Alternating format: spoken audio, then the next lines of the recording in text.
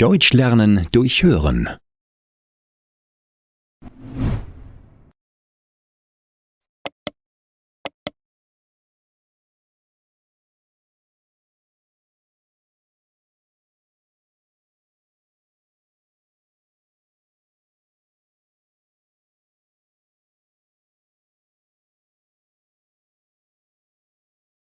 Familienessen. Sandra hat heute ihre Familie zum Abendessen nach Hause eingeladen. Hoffentlich geht alles gut. Es gibt immer Streit, wenn alle zusammen sind. Ach du meine Güte, ich muss mich beeilen, sonst wird das Essen nicht rechtzeitig fertig. Die Kartoffeln müssen noch geschält werden, das wollte ich doch als erstes erledigen. Sie rennt in die Küche und stolpert fast über einen Schuh, der mitten im Flur steht. Ich muss auch noch aufräumen. Als am Abend die Gäste eintreffen, hat Sandra alles geschafft. Im Wohnzimmer wartet ein festlich gedeckter Tisch auf die Familie. Sandra hat eine Sitzordnung festgelegt, damit Onkel Hans nicht neben Cousine Clara sitzt. Die beiden streiten sich immer fürchterlich, wenn sie sich treffen. Sandras Mutter will sich nicht hinsetzen. »Kind, was kann ich denn noch helfen? Du weißt doch, dass ich nicht so lange stillsitzen kann. Soll ich dir schon etwas vom Essen bringen?« »Nein, Mama, ich habe alles in der Küche vorbereitet. Jeder kann sich nehmen, was er möchte. Schau, ich habe sogar kleine Schilder gemacht, damit jeder weiß, was in den Schüsseln ist. Das ist gar nicht so einfach. Clara ist nur vegan, Klaus hat eine Nussallergie, Vicky verträgt kein Gluten, Hans mag nur Fleisch und so weiter.« Die Mutter nickt zustimmend. »Das war gut, aber du hast dir viel Arbeit gemacht. Ich hoffe, unsere Leute wissen das zu schätzen.« Währenddessen gibt es im Wohnzimmer schon die ersten Diskussionen. Hans und Clara haben die Sitzordnung nicht gesehen und geraten schon in den ersten Minuten aneinander. Wie immer geht es um Umweltschutz und Klima. Klaus versucht zu beruhigen, erreicht aber nur, dass Hans jetzt auch sauer auf ihn ist. Vicky hat sich in einen Sessel gesetzt und postet den Streit auf Instagram. »Damit ihr Bescheid wisst, ihr seid gerade live im Internet. Was seid ihr für eine schreckliche Familie? Könnt ihr nicht ein einziges Mal Frieden halten?« Sandra und ihre Mutter schauen sich an und schütteln den Kopf. Die Mutter lacht. »Komm, Kind, wir bleiben hier in der Küche. Mach das Radio an, dann hören wir die Streithähne nicht. Ich habe Hunger. Gib mir einen großen Teller. Ich will von allem etwas probieren. Zum Glück bin ich weder allergisch noch wählerisch, also kann ich alles essen. Lassen wir die Familie in Ruhe. Wenn sie Hunger haben, kommen sie schon von ganz alleine in die Küche. Aber hoffentlich einer nach dem anderen.« Jetzt muss Sandra auch lachen. Aber sie nimmt sich vor, nie wieder ein Familienessen zu organisieren.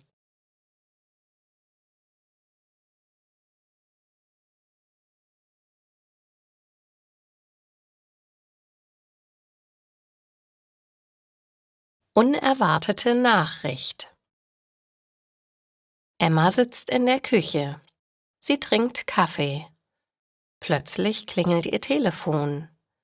Es ist eine unbekannte Nummer.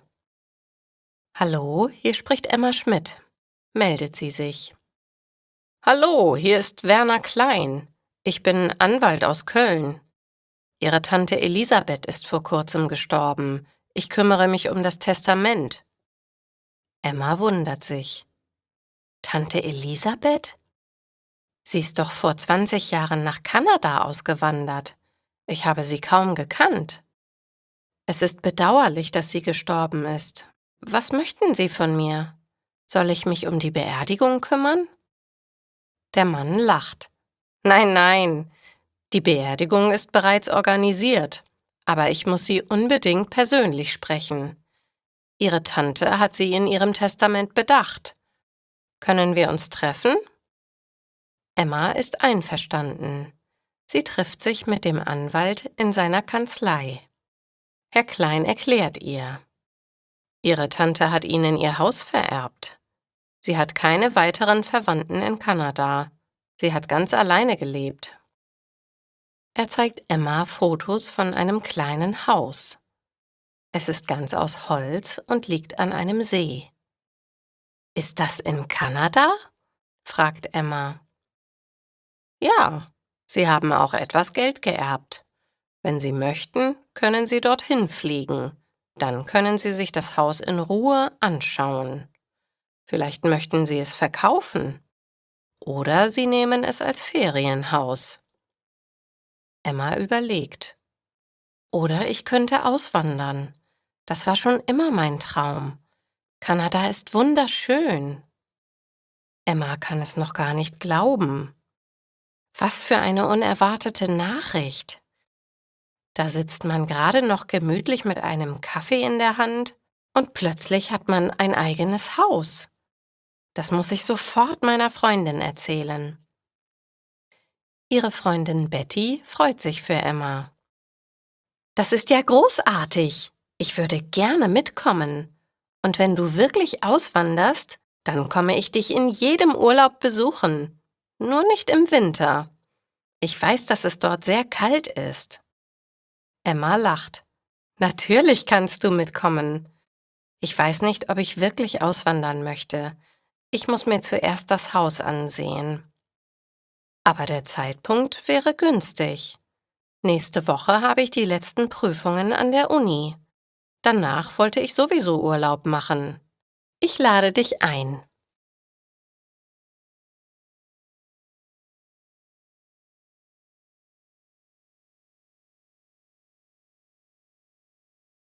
Ein witziges Missverständnis. Emma hat von ihrer Tante Elisabeth ein kleines Haus in Kanada geerbt. Das will sie sich nun genauer ansehen. Sie fliegt mit ihrer Freundin Betty dorthin. Am Flughafen mieten sie ein Auto. Damit wollen sie die restliche Strecke bis zum Haus fahren. Es ist Herbst. Die Blätter der Ahornbäume leuchten in allen Farben. »Es ist wunderschön hier«, sagt Emma. Betty stimmt zu. »Ja, wie im Bilderbuch. Hoffentlich kommen wir an, bevor es dunkel wird.« Emma ist zuversichtlich. »Das schaffen wir. Das Navi zeigt uns den schnellsten Weg. Hier steht, dass wir etwa 3 Stunden brauchen. Dann ist es noch hell.« Die Fahrt verläuft problemlos. Nach 3 Stunden sind sie tatsächlich da. Sie stehen vor einem kleinen Blockhaus. Es liegt direkt an einem See. »Wie wunderschön! Mensch, Emma, du hast so ein Glück!« Emma ist sprachlos. Genau so hat sie sich das Haus vorgestellt. Sie schließt die Tür auf. Die beiden Frauen betreten das Haus. »Das ist aber gemütlich hier!« Betty hat sich schon in das Häuschen verliebt. Emma steht verwirrt vor dem Kamin. »Wenn ich jetzt noch wüsste, wie man Feuer macht!« Betty nimmt ihr Handy. Sie will im Internet nachschauen, wie man das Holz richtig anzündet. »Wenn man es falsch macht, raucht es. Das wollen wir nicht.« Plötzlich hören die beiden ein Geräusch. Betty erschrickt. »Hast du das gehört, Emma? Da ist jemand. Hoffentlich ist es kein Bär.« Auch Emma ist beunruhigt. »Ich schaue mal aus dem Fenster. Mach bitte die Tür zu.« Aber Emma kann nichts erkennen. Draußen ist es dunkel geworden. Betty holt ihr Haarspray aus dem Rucksack. »Wir haben keine andere Waffe. Ich werde den Bären damit einsprühen, dann läuft er weg.« Jetzt ist das Geräusch an der Tür. Jemand versucht, sie zu öffnen. Betty stellt sich neben die Tür. Ihr Haarspray hält sie fest in der Hand. Emma versteckt sich hinter dem Sofa. Die Tür öffnet sich. Betty drückt auf den Sprühknopf. Das Haarspray läuft heraus. »Hilfe, was soll denn das?« Ein Mann steht vor der Tür. Er reibt sich die Augen. Emma kommt aus ihrem Versteck. Wir dachten, Sie wären ein Bär. Warum haben Sie sich heimlich angeschlichen? Der Mann antwortet, ich dachte, Sie wären ein Einbrecher. Ich bin Ben. Ich passe auf das Haus auf. Sind Sie Emma? Jetzt müssen alle über das Missverständnis lachen. Ben zeigt Emma und Betty, wie man Feuer macht. Bald sitzen alle gemütlich im Wohnzimmer und trinken Tee. Dann verabschiedet sich Ben. Ich komme morgen wieder. Dann zeige ich euch die Gegend. Hier gibt es wirklich Bären, aber die kann man nicht mit Haarspray verjagen.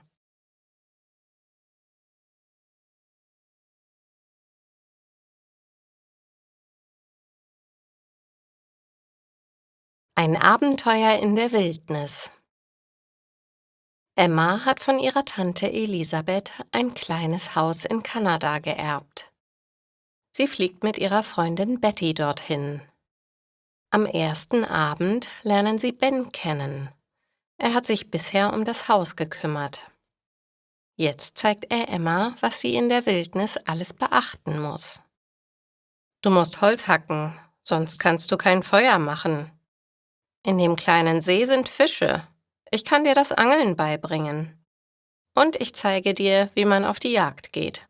Dann hast du immer etwas zum Essen. Emma erschrickt. Ich soll angeln und jagen? Auf keinen Fall. Ich esse keine Tiere. Es gibt doch einen kleinen Lebensmittelladen im Nachbardorf. Da kann ich unser Essen kaufen. Ben lacht. Okay, du bist eine von diesen Vegetarierinnen. Aber ich zeige dir trotzdem den Umgang mit dem Gewehr. Hier draußen muss man sich schützen und verteidigen. Das Haus liegt sehr einsam. Es kann immer etwas passieren. Damit ist Emma einverstanden. Betty möchte auch schießen lernen. Am Nachmittag treffen sich die drei auf der großen Wiese hinter dem Haus. Betty hat leere Konservendosen gefunden. Sie hat sie auf einen Baumstumpf gestellt. Das wird ihr Ziel für den Unterricht. Ben zeigt ihnen geduldig, wie sie das Gewehr laden müssen. Nach einigen Versuchen gelingt es Emma und Betty, die Dosen zu treffen. Mir klingeln jetzt die Ohren, das ist ganz schön laut, sagt Betty. Emma stimmt zu. Lasst uns eine Pause machen. Ich werde ein Feuer machen und uns Kaffee kochen. Es dauert eine Weile, bis Emma das Feuer angezündet hat. In der Zwischenzeit hacken Betty und Ben Holz für den Vorrat. Emma stellt einen Topf mit Wasser auf den Ofen. Bis das Wasser kocht, kann ich ein paar Brote mit Honig zubereiten. Das ist so gut wie Kuchen. Emma schmiert die Brote. Sie stellt das Glas mit dem Honig auf die Fensterbank.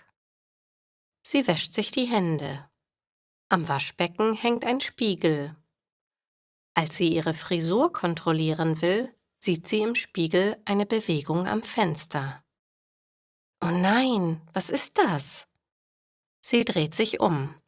Da steht ein Bär am Fenster. Er hat den Honig gerochen.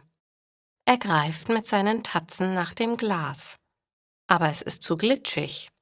Es rutscht ihm aus den Tatzen und fällt auf den Boden. Emma ist starr vor Schreck. Sie kann nichts sagen.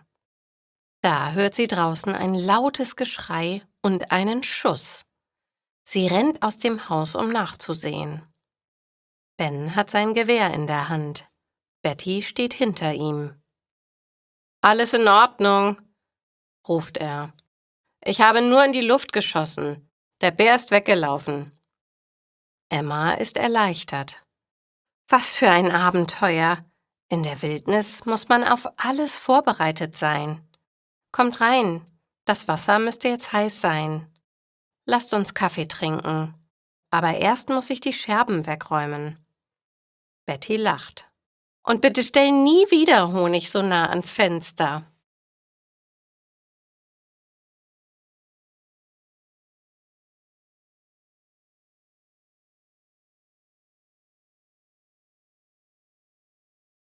Geburtstagsüberraschung. Elena ist traurig. Sie hat heute Geburtstag, aber niemand hat ihr bisher gratuliert. Da merkt man es gleich, denkt sie und trinkt einsam ihren ersten Kaffee im Büro. Nicht einmal der Chef hat an mich gedacht. Ich erwarte ja keinen Blumenstrauß, aber eine kleine Glückwunschkarte wäre schon nett gewesen. Elenas Stimmung ist auf dem Tiefpunkt. Sie arbeitet stumm, erledigt die Post und geht dann in die Kantine zum Mittagessen. Auch dort wird sie heute kaum beachtet. Was ist denn hier los? Wir haben doch einen Kalender, in dem alle Geburtstage der Mitarbeiter vermerkt sind. Schaut denn da niemand außer mir rein? Ich besorge sonst immer für alle anderen die Geschenke und Karten. Ich glaube, das mache ich in Zukunft nicht mehr. Den Rest des Arbeitstages verbringt Elena allein in ihrem Büro. Eigentlich hat sie gar keine Lust mehr zu arbeiten. Sie überlegt, ob sie ihren Chef bitten soll, heute früher nach Hause gehen zu dürfen. Aber der Chef lehnt ab. Nein, Elena, das geht heute leider nicht. Wir müssen ein neues Projekt planen. Komm doch bitte um 16 Uhr in mein Büro, dann können wir das besprechen. Jetzt ist Elena richtig sauer. Aber was soll sie tun?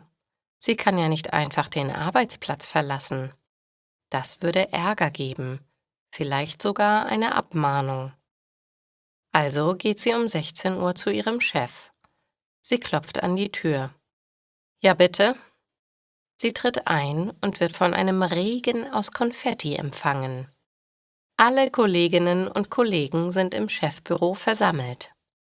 Elenas Kollegin Annika spielt Happy Birthday auf einer Blockflöte und alle singen mit. Der Chef hat seinen Schreibtisch leergeräumt. Dort haben die anderen ein kleines Buffet aufgebaut. Salate, belegte Brote, Gläser mit Orangensaft und Sekt. Und mitten auf dem Schreibtisch steht ein riesiger, bunter Blumenstrauß. Elena fehlen die Worte. Ich weiß gar nicht, was ich sagen soll. Das ist so unerwartet. Ich war schon ganz traurig, weil ich dachte, ihr hättet meinen Geburtstag vergessen. Da habt ihr mir aber einen schönen Streich gespielt. Annika nimmt sie in den Arm. Wir haben uns den ganzen Tag bemüht, dich zu ignorieren. Das war ganz schön anstrengend. Aber es hat sich gelohnt. Jetzt lasst uns essen. Nein, warte. Zuerst stoßen wir alle auf deinen Geburtstag an. Prost!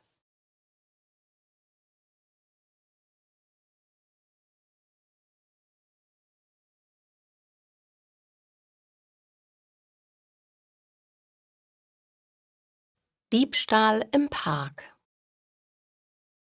David geht mit seinem Hund im Park Gassi. Es regnet. So ein Mist! Ich hätte den Regenschirm mitnehmen sollen. Los, Momo, lauf ein bisschen schneller. Er möchte sich bei den Bäumen unterstellen. Aber bis zu den Bäumen ist es noch ein weiter Weg. Ich werde völlig nass werden. Das gibt eine schöne Erkältung. Komm endlich, Momo. Aber Momo stört der Regen nicht. Er schnüffelt überall herum. An einer Stelle schnuppert er besonders lange. Dann bellt er. Was ist denn los? Hast du etwas gefunden? David schaut nach. Oh, da liegt ein Rucksack im Gebüsch. Lass mich mal nachschauen, Momo. Er zieht den Rucksack aus dem Busch. Der kann noch nicht lange hier liegen. Er ist noch nicht sehr nass. David öffnet den Rucksack. Er möchte nachsehen, ob er den Besitzer herausfinden kann. Da ist ja ein Geldbeutel drin. Vielleicht finde ich da eine Adresse. Oder wenigstens eine Telefonnummer. In dem Geldbeutel befindet sich eine Kreditkarte. Ah, Julia Huber steht hier drauf. Aber eine Telefonnummer finde ich nicht. Am besten bringe ich das Ganze zur Polizei. Die kümmern sich darum. Komm, Momo, wir müssen los. David nimmt den Rucksack und will losgehen. Plötzlich hört er eine Stimme. Haltet den Dieb! Eine Frau rennt auf ihn zu. David erschrickt. Er lässt den Rucksack fallen. Die Frau schwenkt ihren Regenschirm. »Geben Sie mir sofort den Rucksack zurück, Sie Dieb!« David versucht zu erklären. »Ich bin kein Dieb. Mein Hund hat den Rucksack eben gefunden. Er lag hier unter dem Busch. Ich wollte ihn gerade zur Polizei bringen.« Die aufgeregte Frau beruhigt sich nur langsam. Sie überprüft, ob noch alle ihre Sachen im Rucksack sind. Es fehlt nichts. Sogar mein Wurstbrot ist noch da. Also gut, ich glaube Ihnen. Vielen Dank, dass Sie den Rucksack gefunden haben. David lacht. Das war eigentlich Momo. Der hat wohl das Wurstbrot gerochen. Frau Huber zögert nicht lange. Dann hat er sich das Wurstbrot verdient. Er bekommt es als Finderlohn. Momo freut sich über die Belohnung. Und David ist froh, dass das Missverständnis aufgeklärt ist.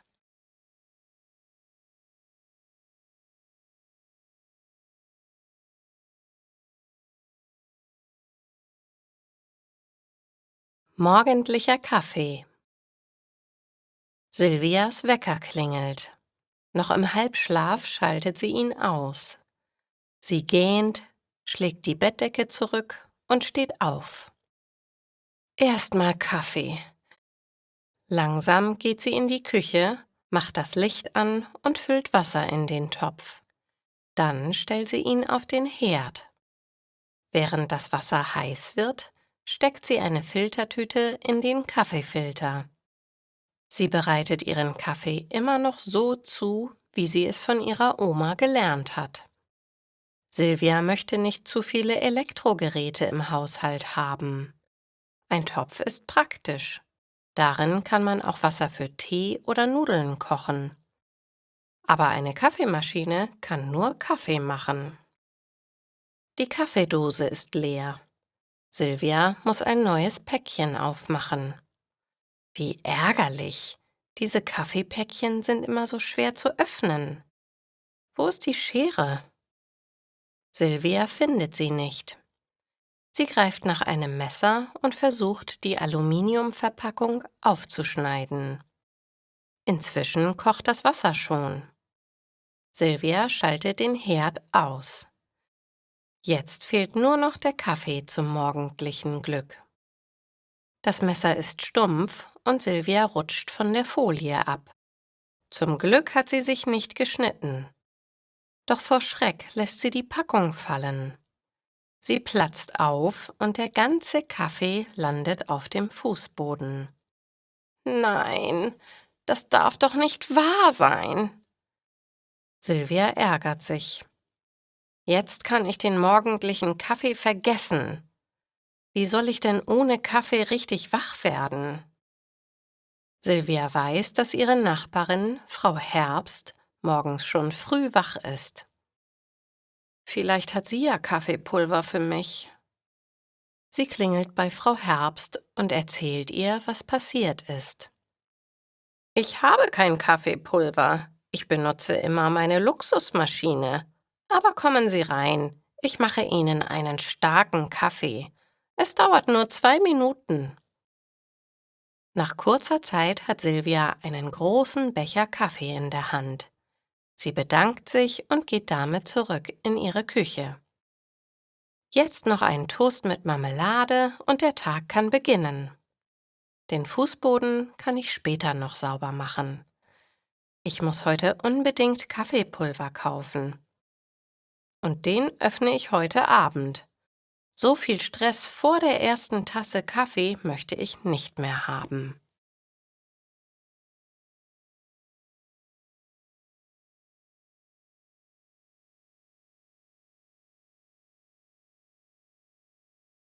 Furchtbarer Sturm. Nico und Lisa wollen einen Ausflug mit dem Segelboot machen. Das Boot mieten sie. Der Vermieter gibt ihnen noch einen guten Rat. Bleibt nicht zu lange weg. Der Wetterbericht sagt ab dem Nachmittag ein Unwetter voraus. Wenn Sie dunkle Wolken sehen, drehen Sie bitte sofort um. Lisa macht sich Sorgen. Wollen wir den Ausflug nicht lieber verschieben? Ich habe Angst. Aber Nico kann sie beruhigen. Ach was, ich bin schon oft gesegelt. Ich kenne mich aus. Wir werden rechtzeitig vor dem Sturm wieder hier sein. Los geht's! Auf diesen Tag habe ich mich seit Wochen gefreut. Die erste Stunde auf dem See verläuft friedlich. Die Sonne scheint, es weht ein leichter Wind. Nico hat das kleine Boot gut unter Kontrolle. Auch Lisa kann sich entspannen. Sie genießt die Fahrt und macht Fotos mit ihrem Handy. Das ist wunderschön. So könnte ich ewig mit dir weitersegeln. Der Wind wird etwas stärker. Lisa, bitte hilf mir mal. Wir müssen die Segel etwas anders setzen. Sonst werden wir zu schnell. Ja, sofort. Ich mache nur schnell ein Selfie. Während Lisa das Foto macht, bemerkt sie hinter sich dunkle Wolken. Die hatte sie noch nie gesehen. Sie hat immer in die andere Richtung geschaut. Nico, da sind die dunklen Wolken. Wir müssen sofort umdrehen. Es wird einen Sturm geben. Jetzt hat auch Nico die Wolken gesehen. Er erklärt Lisa, was sie mit den Segeln machen müssen, damit er das Boot wenden kann. Das wird schwierig, Lisa. Wir segeln jetzt gegen den Wind. Jetzt fängt es an zu regnen. Das Unwetter ist direkt über dem See angekommen. Nico reagiert. Der Wind ist zu stark. Das Boot wird umkippen. Wir müssen die Segel einholen. Dann werfen wir den Anker und hoffen, dass alles gut geht. Lisa hat große Angst. Das ist ein furchtbarer Sturm. Das kleine Boot wird vom Sturm hin und her geschaukelt. Aber der Anker hält. Nach einer Weile beruhigt sich das Wetter wieder. Nico und Lisa sind nass und frieren. Aber sie schaffen es zurück ans Ufer. Der Besitzer ist froh, aber er schimpft trotzdem. Das hätte böse enden können. Haben Sie die Wolken nicht bemerkt? Zum Glück ist nichts Schlimmes passiert. Nichts Schlimmes passiert? Schauen Sie sich meine Haare an. Die Frisur ist völlig ruiniert. Lisa deutet auf ihre Locken. Jetzt kann der Vermieter wieder lachen. Wenn das Ihre einzige Sorge ist, dann will ich nichts mehr dazu sagen. Kommen Sie rein. Wir brauchen jetzt alle einen heißen Tee.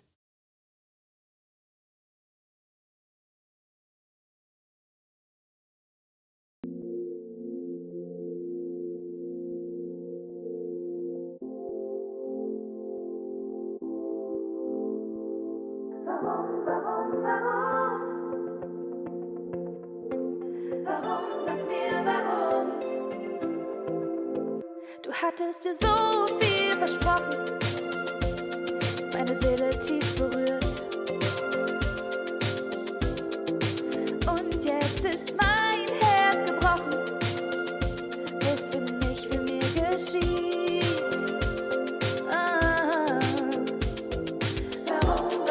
Warum stehst du vor meiner Tür? Warum, sag mir warum? Was willst du noch von mir? Warum hast du gesagt, es ist aus und vorbei? Es passt nicht mehr zwischen uns und es war nur eine Liebelei. Warum? Was willst du heute hier? Und stehst mit roten Rosen jetzt vor meiner Tür? Warum? Was willst du heute hier? Und stehst mit roten Rosen vor meiner Tür? Warum stehst du vor meiner Tür? Warum, sag mir warum? Was willst du noch von mir? Warum hast du gesagt, es ist aus und vorbei? Es passt nicht mehr zwischen uns und es war nur eine Liebelei. Kannst du mich nicht vergessen, so wie ich dich? Und kannst du nachts nicht schlafen ohne mich? Tut es dir leid und hast du nachgedacht, wie weh du mir getan hast? Dann nimm mich einfach in den Arm. Ich weiß, es ist noch Liebe da. Warum stehst du vor meiner Tür? Warum, sag mir warum? Was willst du noch von mir? Warum hast du gesagt, es ist aus und vorbei? Es passt nicht mehr zwischen uns und es war nur eine Liebelei. Warum? Sag mir warum? Warum hast du gesagt?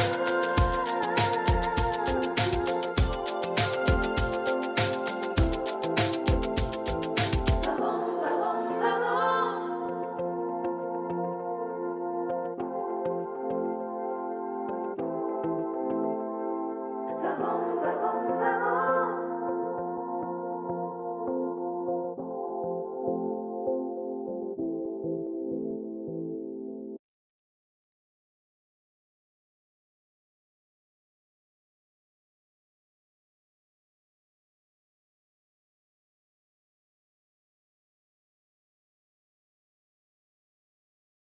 Schulbuschaos. Heinz arbeitet als Busfahrer bei den hannoverschen Verkehrsbetrieben. Seit vielen Jahren fährt er die Linie 121 von der Nordstadt über den Bahnhof in die Südstadt. Er kennt die meisten Fahrgäste, die regelmäßig mit seinem Bus zur Arbeit oder nach Hause fahren. Sie mögen ihn, weil er fast immer gute Laune hat und nie zu hart auf die Bremse tritt. Er wartet auch, wenn er sieht, dass jemand den Bus noch erreichen will. Andere Busfahrer machen oft einfach die Tür zu und fahren los. Alles in allem kann man sagen, Heinz liebt seinen Beruf. Heute muss Heinz jedoch für einen kranken Kollegen einspringen und die Linie 223 fahren. Ach du meine Güte, das ist ja der Schulbus. Also gut, jetzt heißt es Nerven bewahren. Das wird heute eine stressige Schicht. Wie anstrengend das ist, weiß jeder, der schon einmal um die Mittagszeit mit einem öffentlichen Verkehrsmittel unterwegs war. Heinz steht mit seinem Bus an der Endstation. Es ist kurz nach 13 Uhr. Die ersten Kinder kommen schon aus dem Schulzentrum und rennen auf den Bus zu. Heinz atmet tief ein und aus, um sich auf die bevorstehende Fahrt vorzubereiten. Eine Gruppe von Grundschülern erreicht den Bus und stürmt hinein. Es sind noch genügend Sitzplätze frei und schnell haben die Kinder ihre Plätze gefunden. Sie unterhalten sich lautstark. Einer lässt Musik auf seinem Handy laufen. Alles noch im grünen Bereich, denkt Heinz und beobachtet die Situation. Nach und nach steigen weitere Schulkinder ein. Bald ist der Bus so voll, dass die Schüler um die Plätze streiten. Heinz kann zwar nicht verstehen, was sich die Kinder zurufen, aber er spürt, dass die Stimmung chaotisch wird. So kann er sich nicht auf das Fahren konzentrieren. Er nimmt sein Mikrofon und macht eine Ansage. Hallo zusammen. Ich glaube, wir haben alle das gleiche Ziel. Wir wollen endlich losfahren. Das geht aber nicht, wenn ihr so einen Lärm macht. Ich warte, bis ihr euch beruhigt habt, bevor ich den Motor starte. Ich habe Zeit und werde dafür bezahlt, euch sicher ans Ziel zu bringen. Wenn ihr jetzt bitte endlich die Türen frei machen würdet, wäre ich euch dankbar. Sonst kann ich sie nicht schließen. Und wenn ihr dann ruhig seid, können wir fahren. Plötzlich ist es ganz still im Bus. Nur die Musik aus dem Handy ist noch zu hören. »Max, mach die Musik aus«, flüstert ein Mädchen. Max gehorcht. Heinz nickt zufrieden und denkt, geht doch. Dann schließt er lächelnd die Türen und fährt los.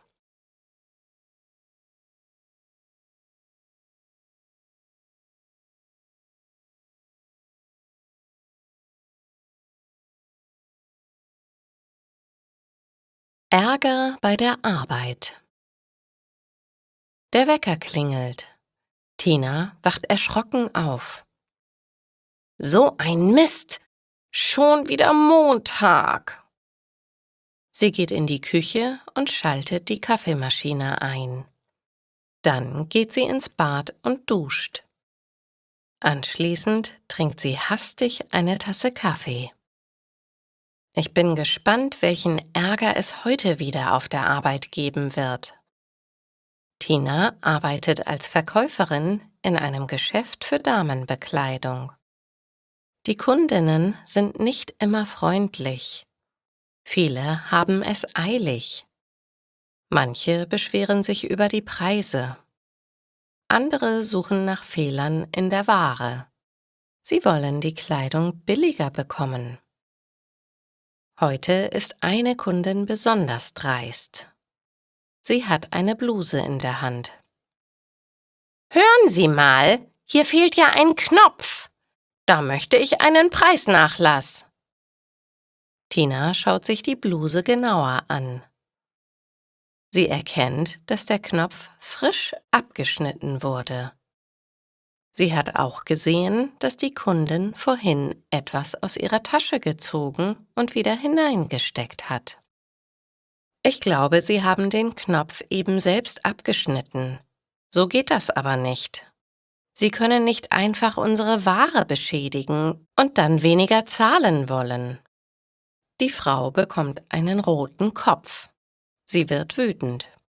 Das ist eine Unverschämtheit! Holen Sie Ihren Chef! Sofort! Herr Weber hat den Streit schon gehört. Er kommt schnell dazu. Tina erklärt ihm die Situation. Herr Weber versucht, den Streit zu lösen. Natürlich bekommen Sie die Bluse billiger. Meine Mitarbeiterin hat sich ganz sicher geirrt.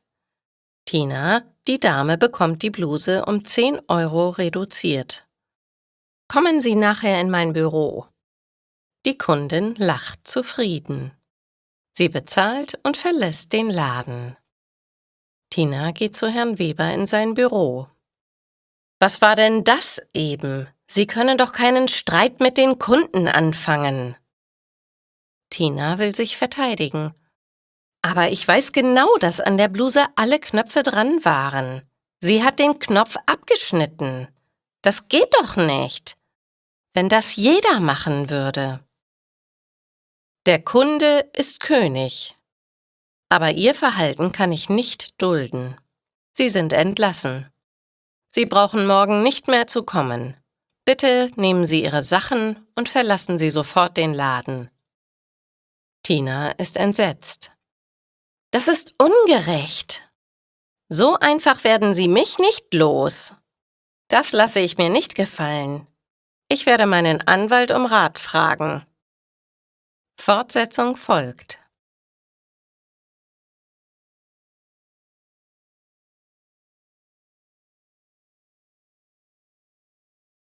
Die Kündigungsfrist. Tina wurde gestern von ihrem Chef fristlos entlassen. Heute hat sie einen Termin bei ihrem Rechtsanwalt. Jens ist Spezialist für Arbeitsrecht. Die beiden kennen sich noch aus der Schulzeit. Er hat ihr schon oft geholfen. Jens, du musst mir helfen. Herr Weber kann mir doch nicht einfach so kündigen. Ich wollte doch nur sein Geschäft schützen. Sie erzählt, was passiert ist. Eine Kundin wollte durch einen Trick eine Bluse billiger bekommen. Tina hat sie zur Rede gestellt. Daraufhin hat ihr Chef Tina fristlos gekündigt. Jens schüttelt den Kopf. Nein, du bist im Recht. Herr Weber muss auf jeden Fall die Kündigungsfrist einhalten. Das sind bei dir 6 Wochen. So steht es in deinem Vertrag. Er kann dir natürlich Hausverbot erteilen, aber das Gehalt muss er dir trotzdem bis zum Schluss zahlen. Wir könnten sogar gegen die Kündigung klagen. Dann entscheidet das Gericht, ob die Kündigung überhaupt zulässig war. Immerhin hast du keinen Fehler gemacht. Tina schüttelt den Kopf. Nein, ich möchte nicht mehr für so einen Chef arbeiten. Er soll sich aber an die Kündigungsfrist halten. Ich finde schon etwas Neues. Ja, das ist wohl die beste Lösung. Du musst aber unbedingt heute noch zum Arbeitsamt und dich arbeitslos melden. Sonst bekommst du dort eine Sperrfrist. Ich werde Herrn Weber gleich noch einen Brief schreiben. Er muss dir auch ein Zeugnis über deine Arbeit schreiben. Und das schauen wir uns ganz genau an. Es gibt nämlich geheime Tricks bei der Formulierung. Herr Weber wird noch ganz schön ins Schwitzen kommen. Jens lacht. Zum Glück haben Arbeitnehmer heutzutage viele Rechte. Sie müssen sich nicht alles gefallen lassen. Fortsetzung folgt.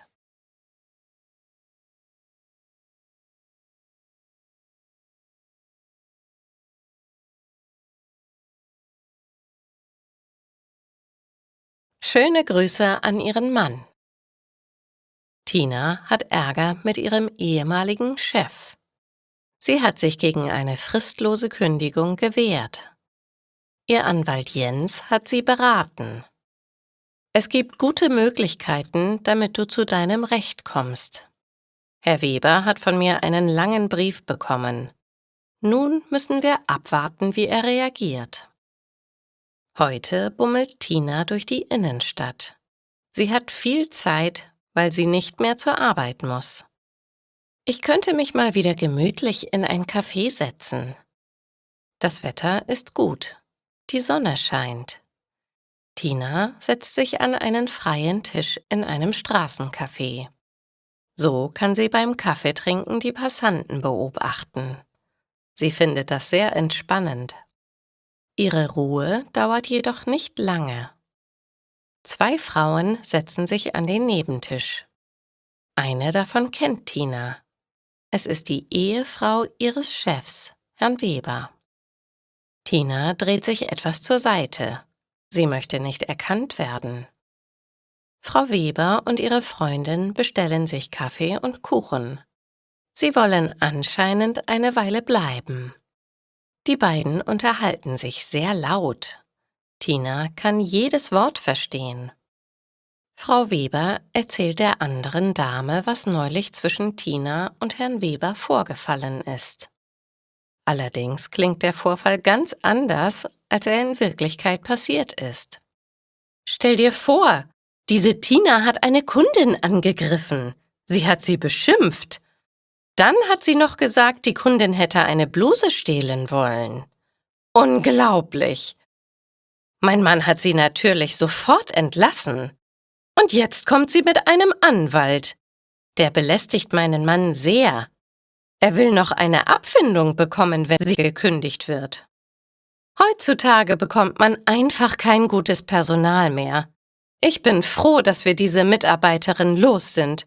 Sie hat meinen Mann auch immer so komisch angelächelt. Das hat er mir alles erzählt.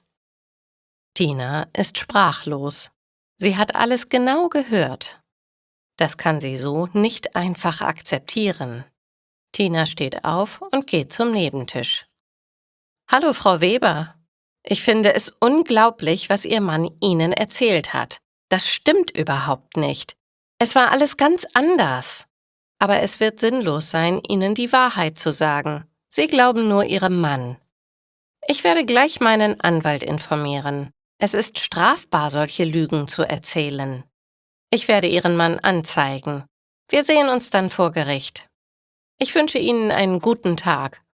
Ach ja, schöne Grüße an Ihren Mann. Er wird noch von mir hören. Tina bezahlt ihren Kaffee.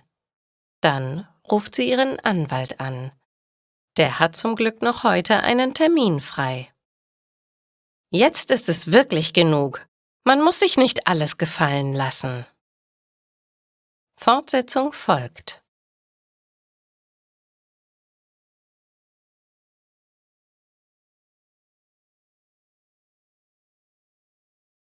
Leben auf der Straße.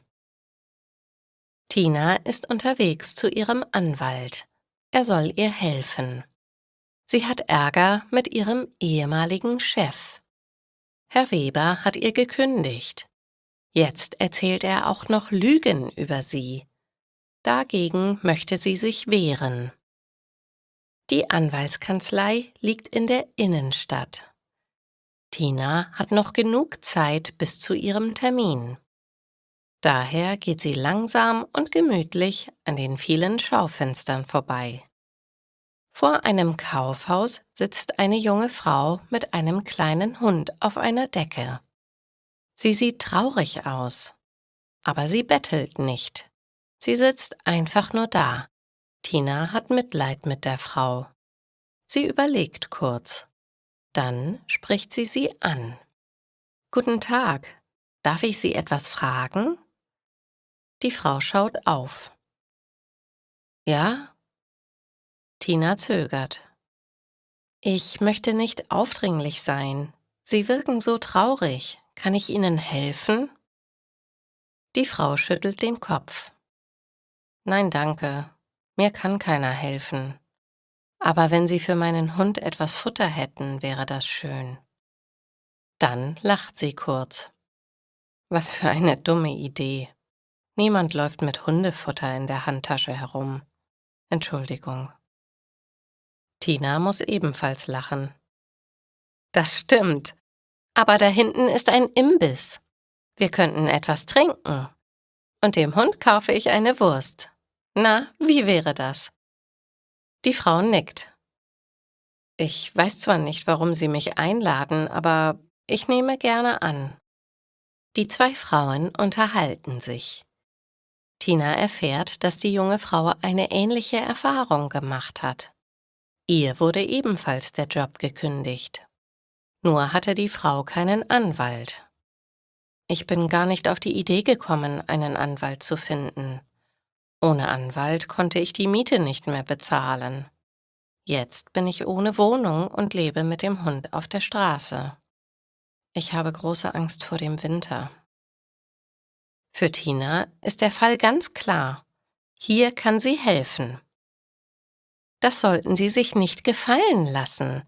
Ich bin gerade auf dem Weg zu meinem Anwalt. Der berät Sie sicher gut.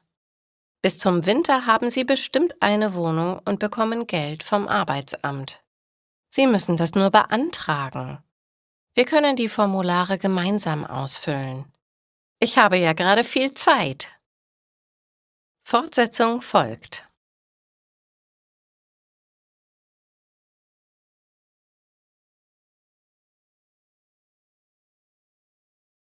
Flexible Arbeitszeiten.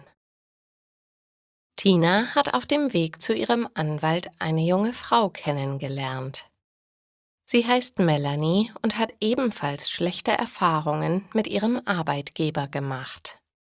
Melanie wusste nicht, welche rechtlichen Möglichkeiten sie hat. Sie lebt seit ein paar Wochen mit ihrem Hund auf der Straße. Tinas Anwalt hat auch Melanie beraten. Er hat ihr gesagt, welche Ämter für sie zuständig sind. Tina will ihr beim Ausfüllen der Formulare helfen.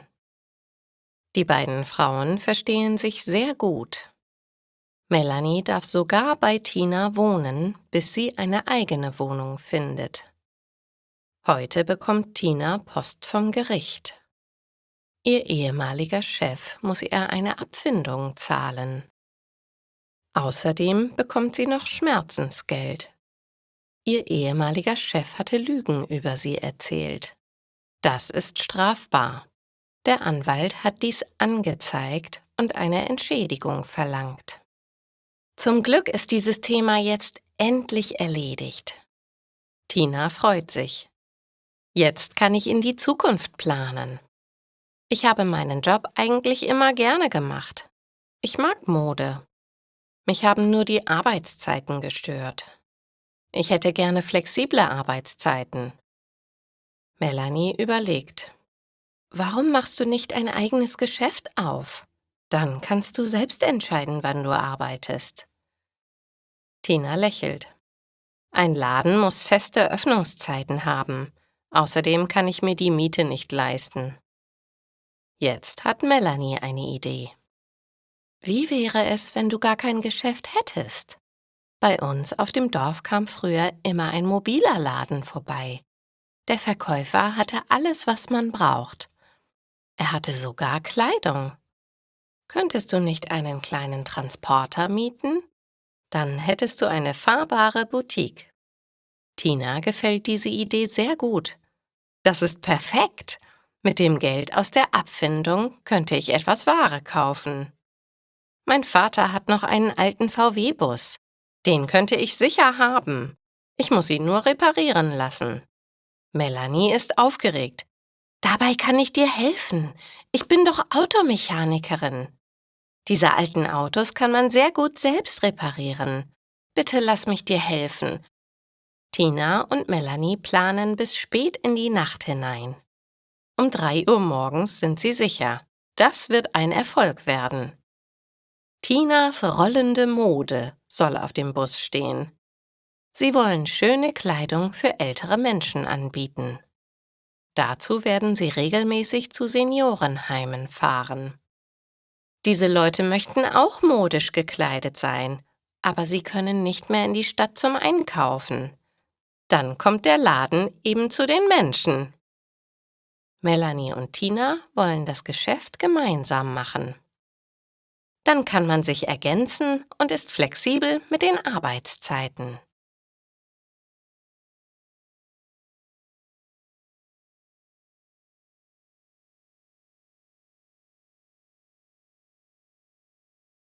Ein neuer Nachbar. Luisa, eine Studentin aus Hannover, sitzt gelangweilt an ihrem Schreibtisch und schaut aus dem Fenster. Sie beobachtet, dass unten auf der Straße gerade ein Lastwagen unter großen Schwierigkeiten versucht, in eine enge Parklücke einzuparken. Das ist bestimmt der neue Mieter, der in die Wohnung des alten Herrn Wagenknecht einzieht. Schade, dass er gestorben ist. Ich mochte ihn von allen Nachbarn hier im Haus am liebsten, besonders seine ständige Hilfsbereitschaft. Wie oft hat er mir geholfen, wenn ich kleine Reparaturen in der Wohnung machen musste? Das kann man gar nicht zählen. Hoffentlich ist der Nachmieter auch so nett. Der Lkw-Fahrer hat es tatsächlich geschafft, seinen großen Wagen einzuparken und ist gerade dabei, die Heckklappe zu öffnen, um seine Fracht auszuladen.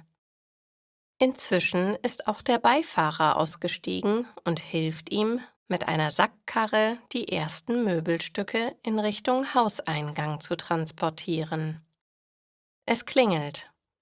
Luisa steht auf und geht zur Gegensprechanlage, um zu erfahren, wer vor der Haustür steht.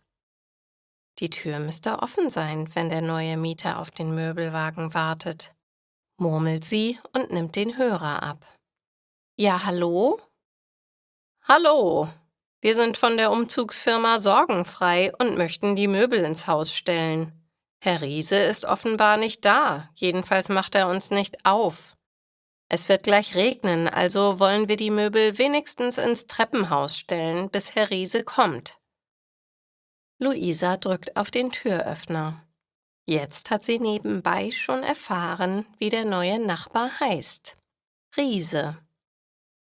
Luisa kichert, denn die Vorstellung, dass ein echter Riese in die kleine Dachgeschosswohnung über ihr einziehen könnte, findet sie lustig.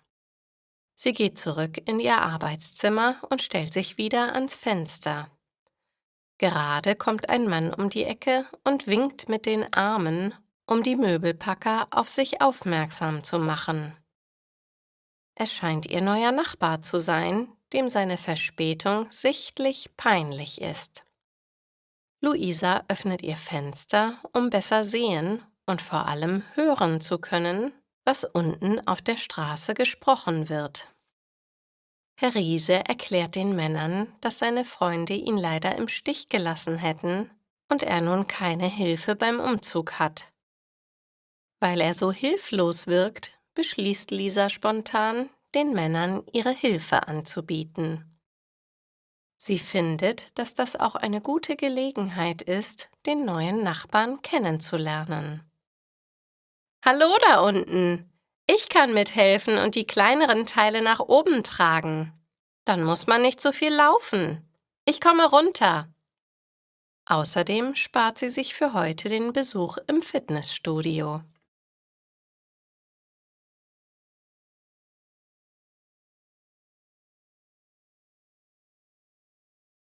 Jeder Topf findet seinen Deckel. Die meisten kennen das Sprichwort, jeder Topf findet seinen Deckel. Das bedeutet, jeder findet irgendwann seinen Lebenspartner. Manche Menschen fragen sich aber, wo ist mein Lebenspartner? Warum begegnet er mir einfach nicht? Gabriel ist 35 Jahre alt und möchte jetzt endlich heiraten und Kinder haben. Er konnte aber bis jetzt keine Partnerin finden. Er lernte schon oft neue Leute kennen, aber die Beziehungen hielten nicht lange. Dann tröstete ihn jedes Mal seine Mutter mit den Worten: Gabriel, sei nicht traurig. Jeder Topf findet seinen Deckel.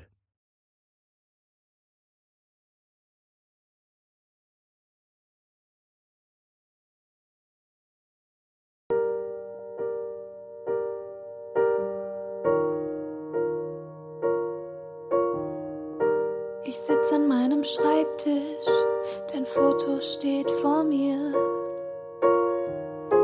Ich denk an all die Jahre, die ich so glücklich war mit dir. Unser Leben läuft noch einmal an mir vorbei. So als wär es gestern, als wärst du noch bei mir. Ich liebte an dir jede Falte, jede Furche im Gesicht. Du warst so voller Liebe, voller Zärtlichkeit und Licht. Du warst stets an meiner Seite, hast mich immer aufgefangen. Du warst der Anker meines Lebens und bist viel zu früh gegangen. Ich vermisse dich so sehr, ich vermisse auch dein Lachen. Auch wenn du mit mir geschimpft hast und so vieles mehr. Mein Leben ist nicht mehr dasselbe, wie es einmal war. Doch ich danke dir für jede Stunde, in der ich glücklich mit dir war. Ich liebte an dir jede Falte, jede Furche im Gesicht. Du warst so voller Liebe, voller Zärtlichkeit und Licht. Du warst stets an meiner Seite, hast mich immer aufgefangen. Du warst der Anker meines Lebens und bist viel zu früh gegangen. Und bevor ich schlafen gehe, steh ich am Fenster und schau nach oben. Sag dir liebevoll Gut Nacht, dann hör ich dein Lachen und deine Worte. Du, gib bitte auf dich Acht, unsere Liebe, sie wird immer sein. Übersteht Raum und Zeit, denn